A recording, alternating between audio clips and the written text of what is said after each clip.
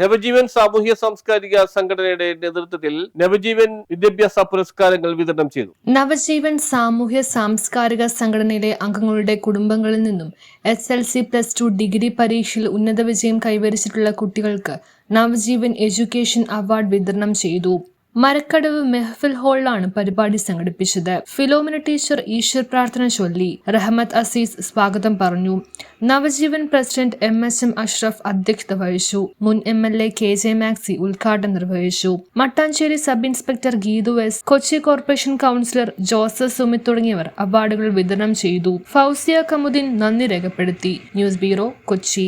ഡിഗ്രിയോ ഡിപ്ലോമയോ എന്തുണ്ടായിട്ടെന്താ, കാര്യങ്ങൾ ജോറായി നടക്കണമെങ്കിൽ നല്ല ജോലി, മികച്ച ശമ്പളവും 100% പ്ലേസ്മെന്റ് അസിസ്റ്റൻസോട് കൂടി ഇന്ത്യയിലും വിദേശത്തും മികച്ച തൊഴിലവസരങ്ങളുള്ള NCVT സർട്ടിഫിക്കറ്റോട് കൂടിയ ഫിറ്റർ കോഴ്സ്, ടാറ്റ സർട്ടിഫിക്കറ്റോടെ ഓട്ടോമൊബൈൽ ടെക്നീഷ്യൻ കോഴ്സ്, കേന്ദ്ര ഗവൺമെന്റ് അംഗീകൃത സർട്ടിഫിക്കറ്റോട് കൂടിയ വെൽഡർ കോഴ്സ്, കൂടാതെ വനിതകൾക്കായി കേന്ദ്ര ഗവൺമെന്റ് സർട്ടിഫിക്കറ്റോട് കൂടിയ വളരെ കുറഞ്ഞ ഫീസിൽ ബ്യൂട്ടീഷ്യൻ കോഴ്സുകൾ ഇനി ജൂബിലി മെമ്മോറിയൽ പ്രൈവറ്റ് ITI നിന്നും പഠിക്കാം.